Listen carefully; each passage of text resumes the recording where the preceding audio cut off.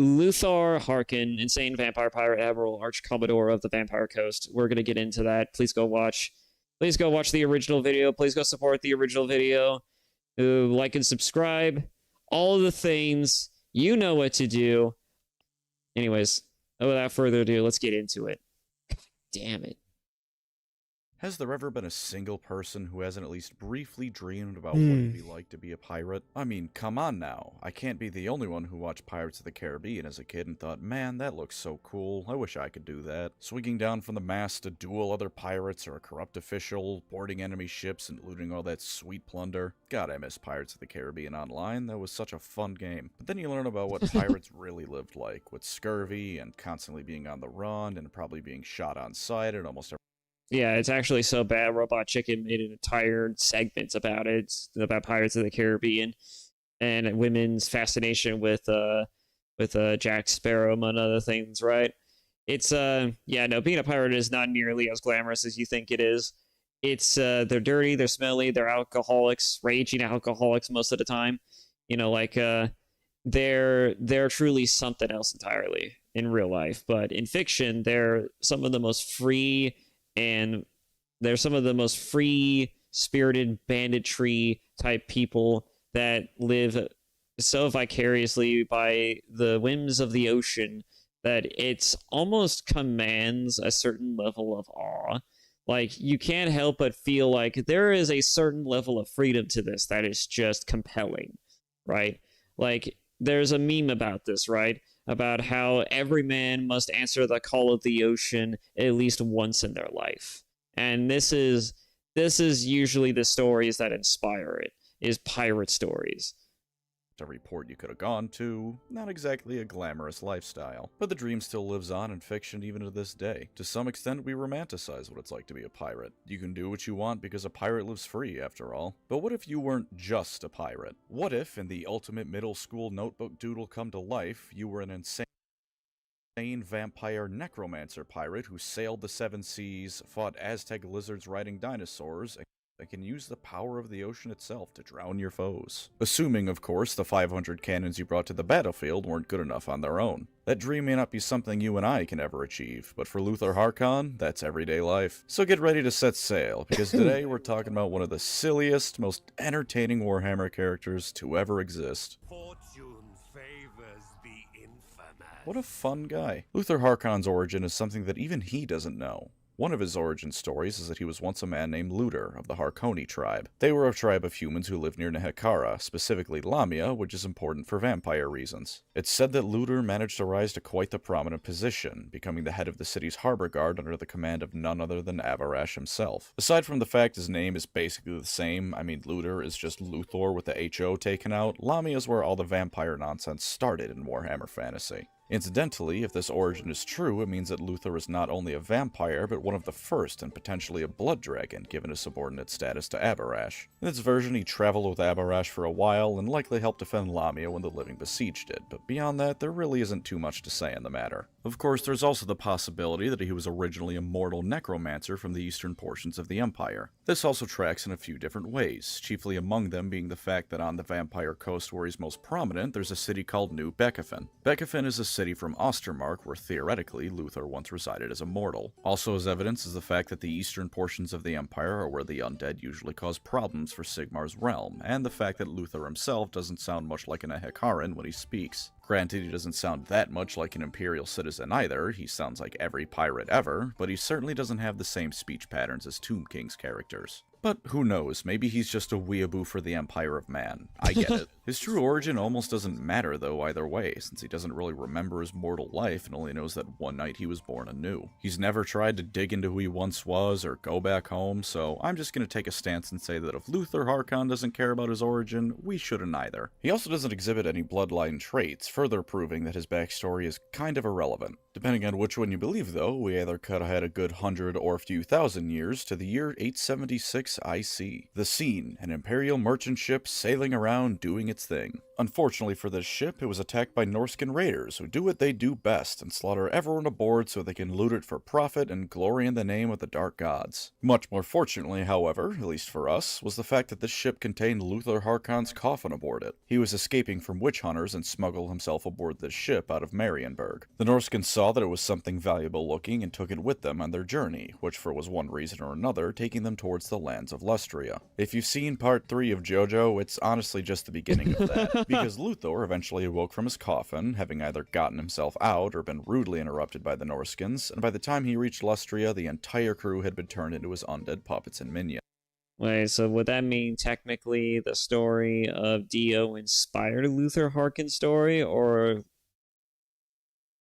You know, that's an interesting question. I know Warhammer is very old, but I know that it's like 40K in particular is old. Warhammer Fantasy, though, I know that one came first, so that puts into question, doesn't it? Which one is actually the oldest? Oh my god, that's a question. Fuck, when was JoJo's made? You know, I don't even remember at this point. You know what, regardless, that is a very strangely familiar story from JoJo's Bizarre Adventure. And also, goddamn it, Pancreas is a weeb. That means my first reaction video of him talking about my 2 reaction videos of him talking about Warhammer is probably going to be seen by him, maybe to some degree. And he's probably going to see the one where I spend probably hours reacting to his every reasons why fantasy Warhammer is better than 40K's. And honestly, I feel so bad for that guy if he sits down and watches that, because, oh my god, that is a tangential monster he is about to delve into, and it's not even because he disagrees. Oh no, that would at least give him some content and something to chew on. No. It's everything that I agree about his statements, just taken to its most evolved, rational conclusion to the point of nauseum. I feel so bad for that guy if he ever sits down to watch that fucking video. Now, normally, this would be the end of the story. I mean, sure, the specifics are a bit unique, but a vampire waking up and zombifying a whole bunch of people is nothing new in Warhammer. In Stirland, that's called Tuesday. But despite what would eventually happen to him, Luthor Harkon is apparently the luckiest bastard in all of Warhammer short of Caiaphas Cain. Because the exact spot he ended up staking his claim in Lustria, what would become known as the Vampire Coast because of his shenanigans, was geographically perfect for his needs. The Great Ocean, aka the Atlantic Ocean but with a donut in it, has ocean currents and whatnot like all oceans do. Stay with me on this 5th grade geography lesson, I promise it's important. Even in our own world, sailing when we only had wooden ships was oftentimes more art than science. Add in the fact this is Warhammer and doing literally anything has a significant fatality rate, and you get a whole lot of dead sailors and shipwrecked vessels. The Vampire Coast region of Lustria not only is incredibly hard to navigate safely, but ocean currents also bring an inordinate amount of these wrecks and bodies directly towards it. Luthor Harkon, through sheer accidental circumstances, landed on the one site in Lustria, maybe the whole planet, where bodies will just come to him. So because he washed ashore on the mother of all corpse deposits that refills itself, he just developed his undead army without really needing to put real effort into it. Oh sure, he put effort in raising the dead, you have to do that, but most necromancers and vampires need to either quietly dig through crypts and graveyards or kill a whole lot of people first before they get their army.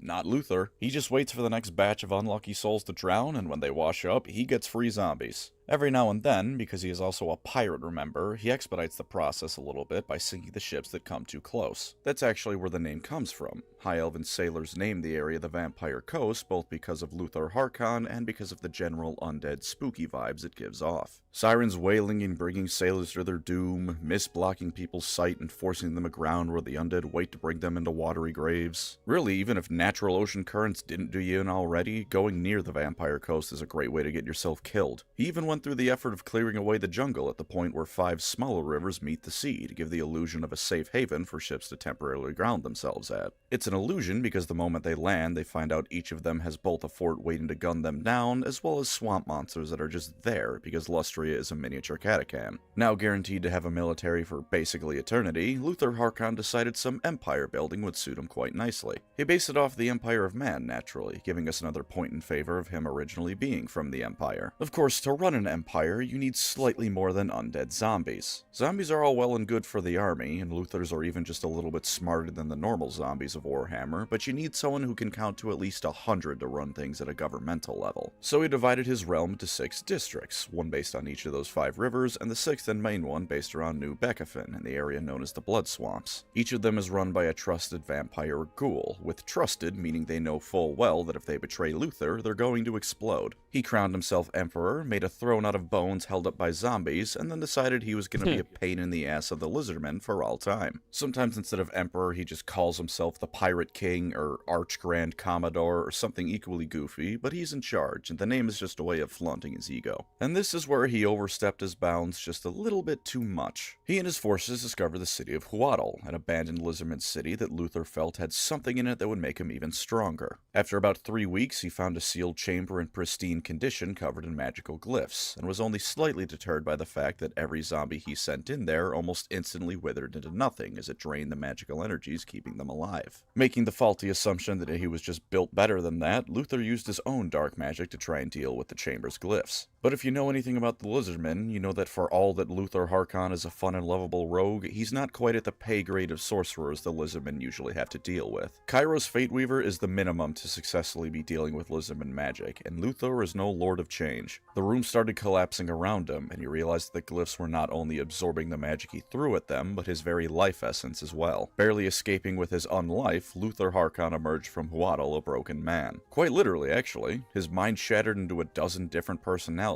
because the Lizardmen could apparently induce multiple personality disorder. At all times, they're battling for control over his mind, and He literally turned himself magically into a fucking schizo. This poor bastard. That's crazy though. I mean, he started off fairly well enough, right? He was amassing an army of dead, and he was building up a corpse army. He had got most of the shores around that entire part of the coast, and he was doing pretty well until he decided to raid this lizardman town and wanted to get into this chamber. I mean, it's the most plundering whatever is behind magically encased doors is.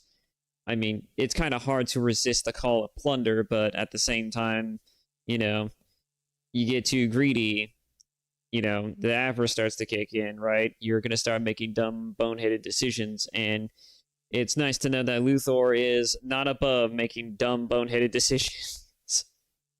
if none of them are dominant, he just stands there motionless until one of them does gain control. He was at one point playable on the tabletop, and that was actually part of his rules. I believe it was if you rolled a 1 through a 3, he gained the stupidity special rule. This also gave him a very curious condition on top of being the main character from the movie Split. The winds of magic cease to be able to connect to him. In fact, he's almost a blank. Magic ceases to work around him, and he's resistant to any spells people try to cast on him. Aside from being able to reanimate and control the undead, there's no blasting spells for Luthor Harkon. If you thought that would put a damper on his plans, however, you're dead wrong. As he happily tells you almost every time you click on him in Total War, his madness is not weakness. The only thing any of his personalities agree on is looting Lizardmen artifacts to find a cure for his condition, which is also something he wanted to do anyways before he went insane. And after this happened to him, he still managed to make himself into such a pain in the ass for the Lizardmen that they have entire prophecies dedicated to dealing with him. Entire armies will be mustered just to fight him, and these aren't small battles either. If he needs to, he'll build up his forces for hundreds of years until he can march into the jungle with enough zombies to trample it beneath him. One of them, in the year 930 IC, required Nakai the Wanderer to show up, and if you're fighting anything less than an apocalypse level battle, he's not showing up. There's also the time he stole the city of axolotl. I don't mean Luthor Harkon showed up and stole a bunch of important stuff. No, I mean Luthor Harkon rolled up with the endless horde of the undead and stole the city. Everything the skinks didn't manage to get away in time to prevent him from grabbing it was stolen. It's outright said that not a single stone was left stacked atop another when he was done with it, and he came home a whole lot of magical artifacts richer. He just does this every now and then. Well, he loses every now and then, sure. The Slant can't ultimately do anything about it because he just doesn't have to deal with magic, and the other lizardmen can chop through all the zombies they want. It doesn't matter. He just goes home to the Vampire Coast and waits for another 100 years for 1,000 new ships to crash and give him a new horde. In the year 1492, when the old world sailed the oceans blue, civilizations like the Empire, Bretonia, and even the Norskins began coming to Lustria in ever greater numbers. And Luthor Harkon is many things, but he's not one to let a chance to grow his power slip away. So with all the knowledge and artifacts he had gained over the years, he created the Ebony Skulls for those who came to the New World with less than pure hearts. These things are the epitome of a deal with the devil. At any point the person they're given to can smash them on the ground, and they instantly get not only necromantic powers, but the ability to call on some of Luthor's servants. As a downside, their souls belong to him now. So his forces just kept growing and growing. More ships, more zombies, more vampires and ghouls all joined his ranks. And it's amazing, because in spite of all of this, he is no way a major world power. 99% of the time, he's either sitting there in a stupor because his mind is going through another civil war, or he's just bothering random lizardman cities. But he's been so successful at it that if he decided to invade the Empire or something, he'd probably blitz through it faster than Manfred could ever hope of doing so. Speaking of the Empire, he stole a massive cannon called the Queen Bess. There's no special lore for this, it's just a massive gun he looted off an Empire ship. That's fucking mental. The guy literally just got an undead army at his beck and call, and he does nothing with it.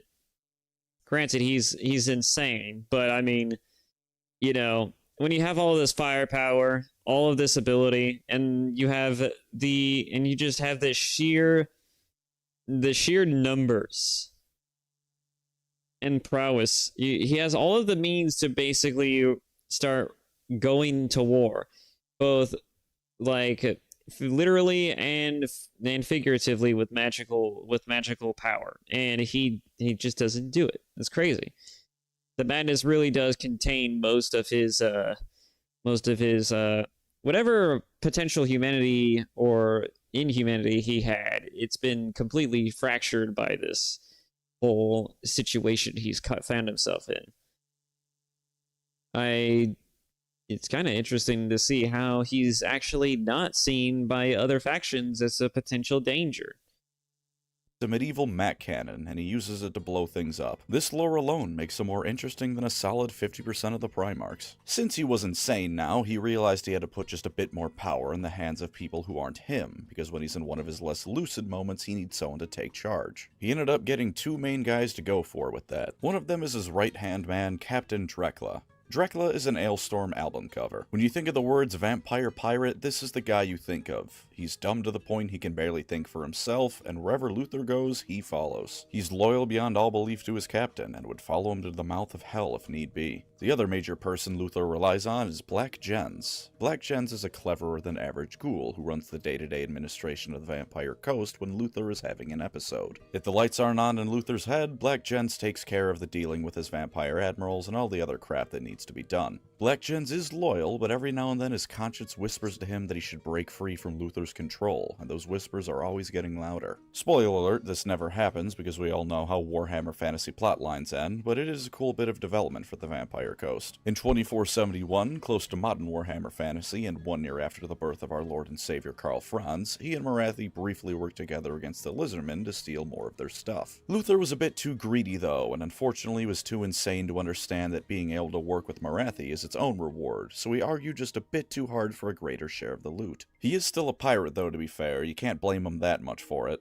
Morathi locked him in one of the treasure vaults for her part, which doesn't seem to have actually amounted to anything because he shows up later. In fact, end times now. Luthor for his part has both great moments to shine, as well as what's tied for the most infuriating end to a character during the end times. He shares a very similar fate with a character who dies at the very end of the end times, in fact, for a bit of a spoiler, but we'll get to that soon enough. When Nagash comes back, Luthor pledges his services to him and becomes the Mortarch of the Abyss. Maybe he did it because he saw the writing on the wall and knew that any undead not serving Nagash was going to die an abrupt death. Maybe he thought Nagash could cure him of his condition. Or maybe he was just bored. Luthor Harkon is like an orc. Him doing something because he wants to is a perfectly valid reason. He's an insane vampire pirate. He does what he wants, and damn what do you think about it. Nagash looked at his massive fleet of ships. He's the Joker. He really is. He is just the Joker in pirate form. Pirate vampire form. And honestly, that makes him far more interesting as a character than, yes, arguably, potentially even the Primarchs. Though I think that all of the Primarchs in themselves are very interesting, and the characters by themselves are, I wouldn't say, are nearly as interesting. You know, definitely the Primarchs by themselves do have a lot of intrigue, but I would say that when you see them actually, like talking and mingling amongst themselves, that's where a lot of the magic really starts to shine. At least that's what I think. That's one of the reasons why I'm getting into Horus Rising series. I kind of want to see more of the stories kind of unfold that way, and that one's coming up in a bit. But yeah, moving on. From every era of history and ordered him to destroy the Tomb King's fleet of Zandri. For anyone else, or even any other faction, this would be a massive undertaking that would almost certainly not be worth the effort. For Luthor Harkon, a man who had spent almost 2,000 years being a pirate and building up his fleet, this was a walk in the park. At the Mortis Delta, where the river Vitae flows into the sea, he crashed his forces into the banks. He lost an entire third of his fleet on the reefs of the shore, and it just didn't matter. A third of infinity gone still leaves infinity left. The Tomb King leading Khemri's navy, King Kalhazar, patiently waited for the catapults he had on hand to tear Luthor's navy apart. But even as the battle between the two navies raged, all of Luthor's ships that had crashed, been sunk or destroyed since the start of the battle were still a problem, because they were filled with zombies. You know how in World War Z, the book, not the movie, zombies could wash across the ocean and start an outbreak that way?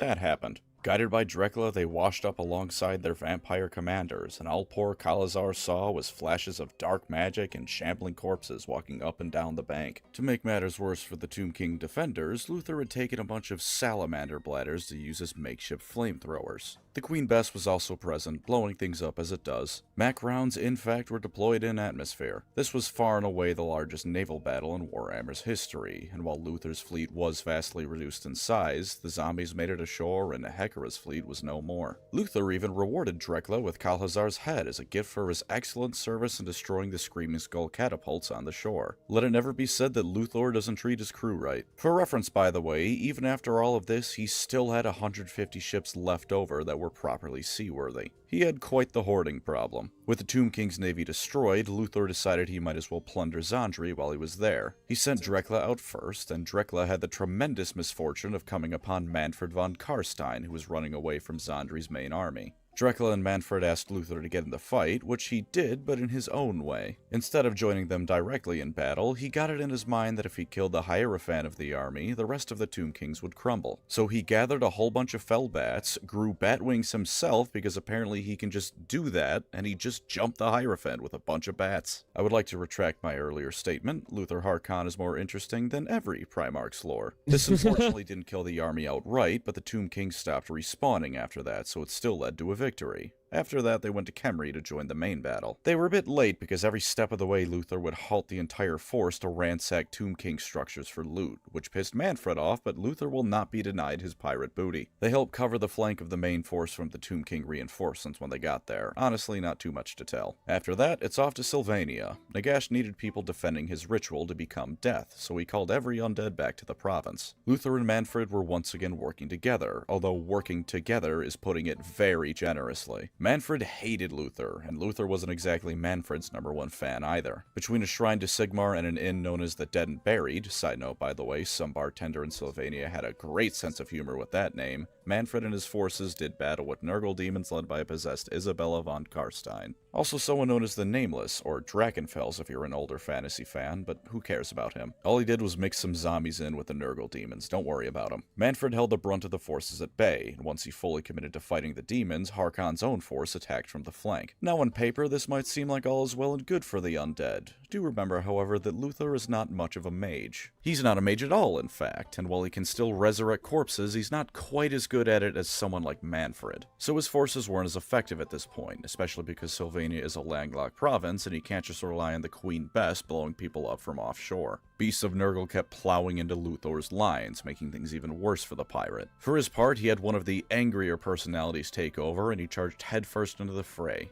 Do you know how Manfred reacted to this? Guess, viewer, what do you think Manfred did in response to seeing an ally of his start fighting? Did you say weaken the bindings keeping Luthor's army together? Because if you did, you're right. While they're fighting demons, no less. This let some of the beasts of Nurgle pounce on Luthor, which wasn't enough to kill him, but it was still a colossal dick move. Manfred then retreated to the Dead and Buried Inn, murdering one of Luthor's vampire admirals to heal his dread abyssal mount. Luthor had slipped in unnoticed while Manfred did this and nearly slit his throat with his cutlass, but Vlad showed up with reinforcements and just barely managed to calm everyone down. Luthor was glad Vlad had showed up to take care of Manfred and was privately happy for it, because even though he really wanted to kill Manfred, he knew Manfred's a slippery little bastard and would probably find a way to turn the tables. Or I was misreading what happened and he didn't want to piss off Vlad by killing Manfred. That one sounds a lot cooler, so let's go with that. Theoretically choosing to help Manfred defend the courtyard of the inn, Luthor and Dracula stood at the opposite side of it to be as far from the slimy weasel as possible. Once the fighting resumed, Luthor was all over the place. He not only flew back into proper madness, but it was so bad that he was either speaking in pirate speak or was just completely unintelligible. He'd be swinging left and right, butchering zombies and unclean ones, constantly going, yar,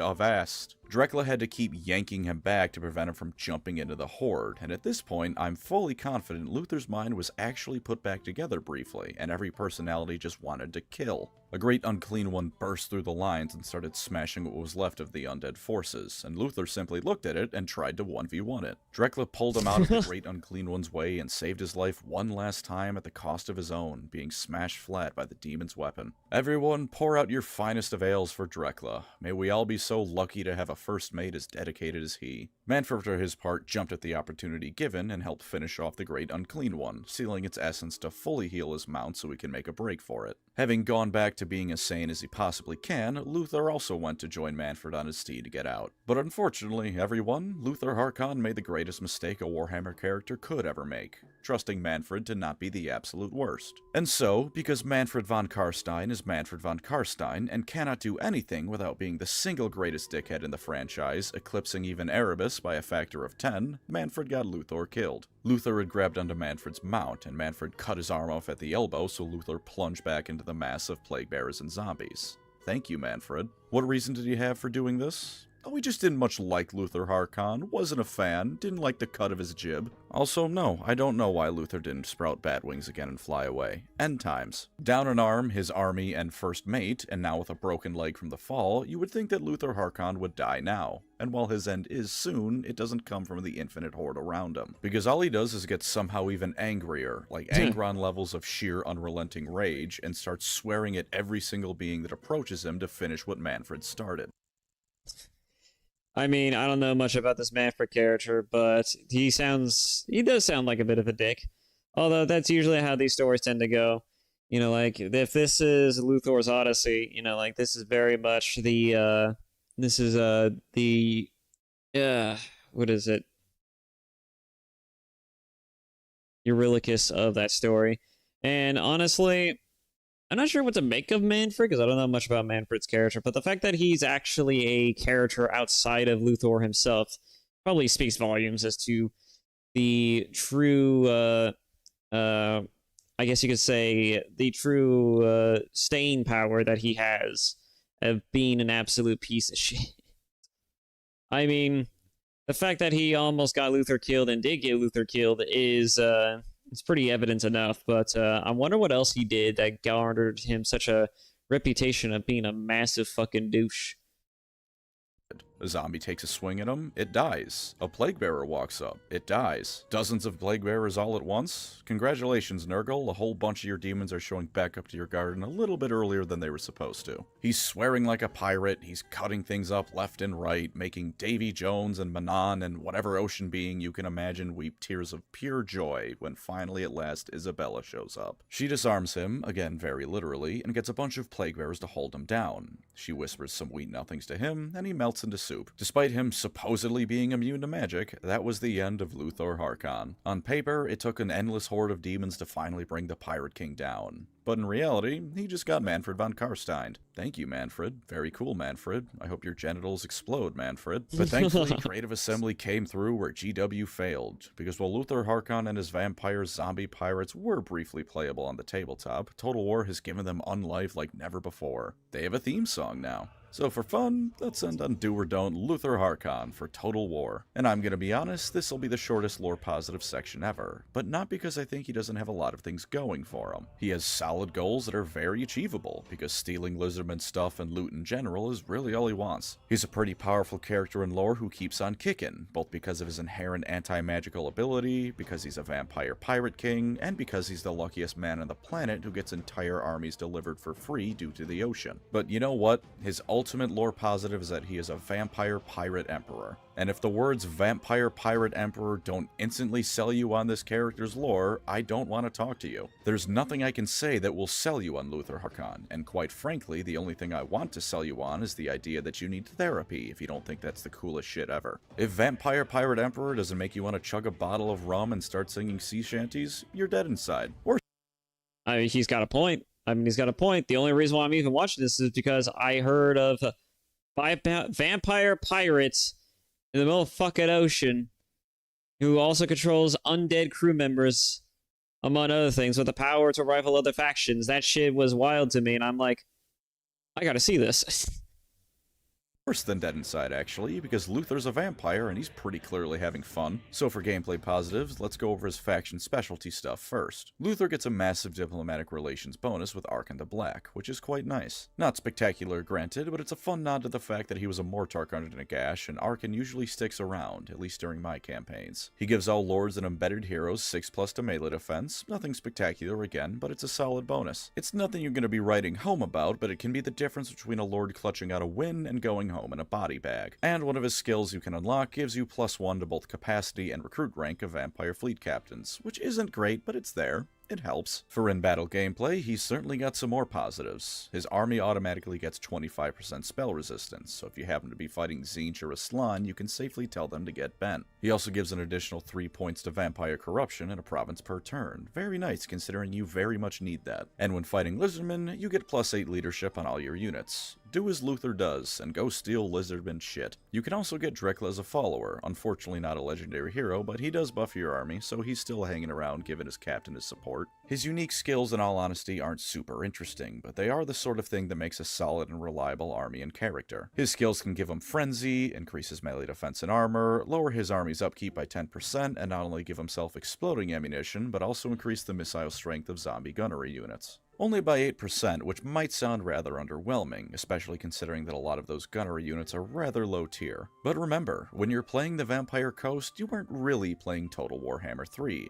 you're playing Empire Total War 2. Complete with naval battles, only this time the ships are so eager that they walk onto the land themselves to get in on the fun. These low-tier units, especially when buffed, are a ranged hellscape for your enemy, and Luthor makes them stronger. And to top it off, he gets a Dragon Mount at level 18. A Deathshriek Terrorgeist if you want to be technical about it, but come on, it's a dragon. Mounted on it, Luthor can turn infantry blobs into slurry, turn weaker characters into slurry, and if there's anyone that could potentially give him trouble in melee, he can just fly away and shoot at them with a gun. In terms of being super ultra competitive, I'm not going to speak on how well he is. In terms of just playing single player, once you level up Mr. Harkon, he's going to be killing most things you throw him at. You can also restore him to lucidity and give him access to the lore of the deep as the game goes on. This turns someone who's already pretty great at ranged and melee combat into a wizard who can cast one of the most damage-filled spell lores in the game. He can also summon giant crabs with it, as well as slightly buff range units with a spell. To put it bluntly, he turns into a monster. Unfortunately, his dialogue and animations don't change, so he still looks and sounds insane, but I like to imagine that from that point on, he's just doing it to mess with people. For his lore downsides, no,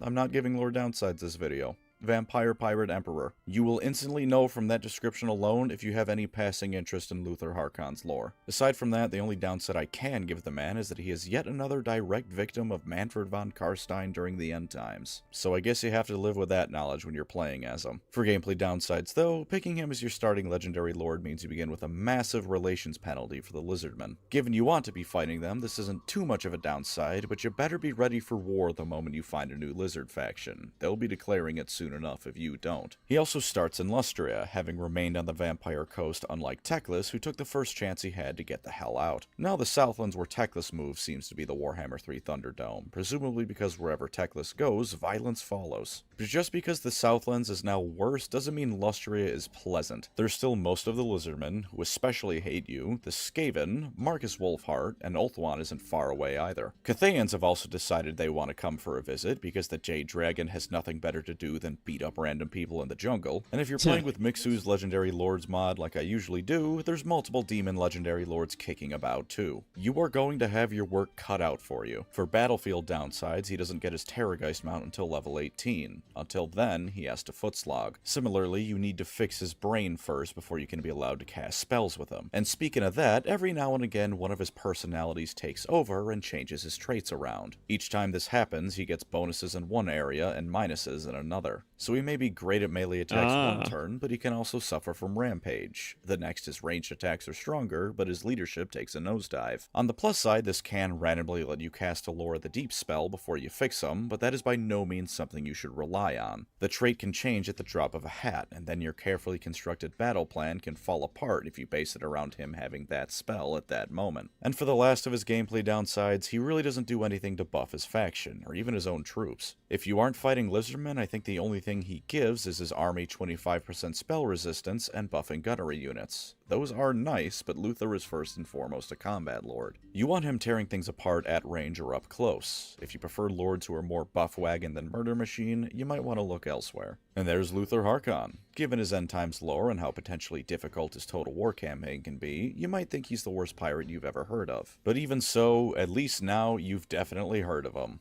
I held myself off for this entire video to say that. I think I've earned it. Thank you as always to my wonderful channel members. You are the insanity to my Luthor Harkon, driving me to create whatever crap I decide to at the drop of a hat. If you'd like to support the channel, feel free to subscribe or become a member. Either way, thank you for watching, and take care out there. That was an interesting video. That was Luthor Harkon. DCA, just add the shanty to the game. I will pay for it at this point. Make it a music pack or something. Just record a couple more and sell it for 15 bucks. I promise you people would buy it. Yeah, they'll absolutely complain, but if you think that most Warhammer fans won't spend the money to add sea shanties to the game, you're more insane than Harkon is. Yeah, but that is a video, certainly. I liked Luthor's story. Though I do find that there are some details I'm a little bit light on, like who the hell is Manfred and why the hell is he such a bastard? Like I kind of got some of the details. Like I think he's a zombie that he resurrected or something, or he just happens to be working with him for some reason or another. That part's a little bit light on the details because I was more focused on the fact that this guy literally just was fortunate enough to be at the right place at the right time for him to start an army. He's a vampire. He's basically immortal. He's got all of these crazy magic powers, and then he fucks it all up. But then immediately, right?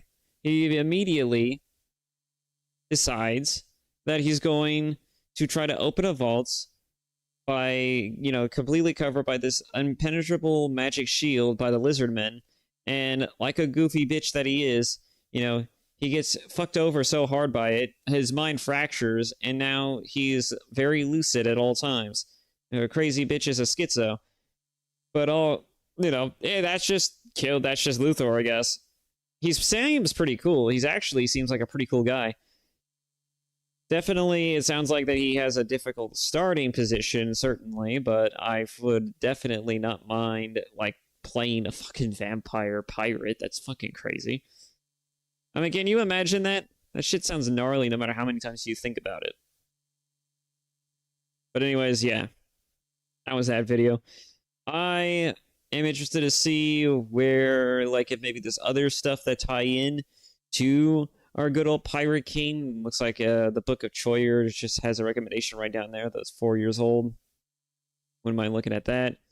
But otherwise, yeah, that was that video. Let's see. We are bordering on... do I have enough time for Horus Rising? Let's see, for 2 fucking hours? You know, I don't know. I think I might have to just cut it there. It's probably a lot of videos, to be fair, to immediately want to jump into this one. But yes, I think what I'll do is that I'll make another video next time around that has this and that has this in the stream. Or maybe I'll just make a separate, like, a video reaction of it. I have no idea. Not very many people popping in my reactions anyways, so my reaction streams anyways, or me reacting to things when I'm streaming stuff, but yeah, I could just probably just record it, maybe just throw it in there in my list of things. I have no idea. But yeah, that was the stream today. Holy crap. And that was the Luthor Harkon video. I hope to get to...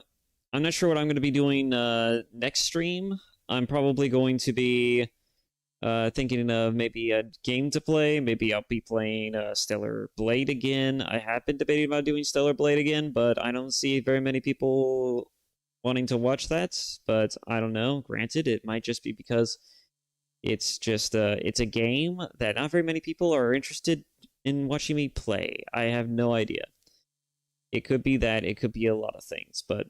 You know, with how much sales it seems to be making on Steam, I imagine that the interest is there. It's just not in, I guess, watching a guy play it. I have no idea. That's not a big deal. I could just find something else to do.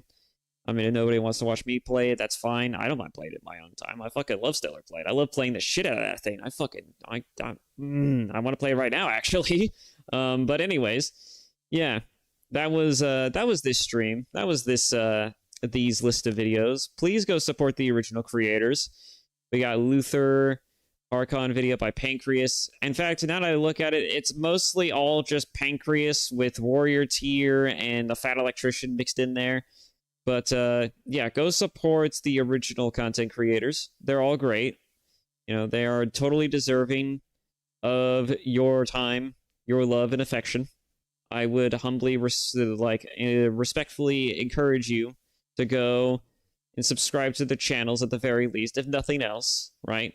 You don't have to go watch the videos, but I would recommend that you highly do that. Go watch and support the original videos. Leave a like, if nothing else. Hell, even go as far as downloading it. Maybe even share it to your friends. That way, they can experience the true wonder and majesty that is Warhammer Fantasy.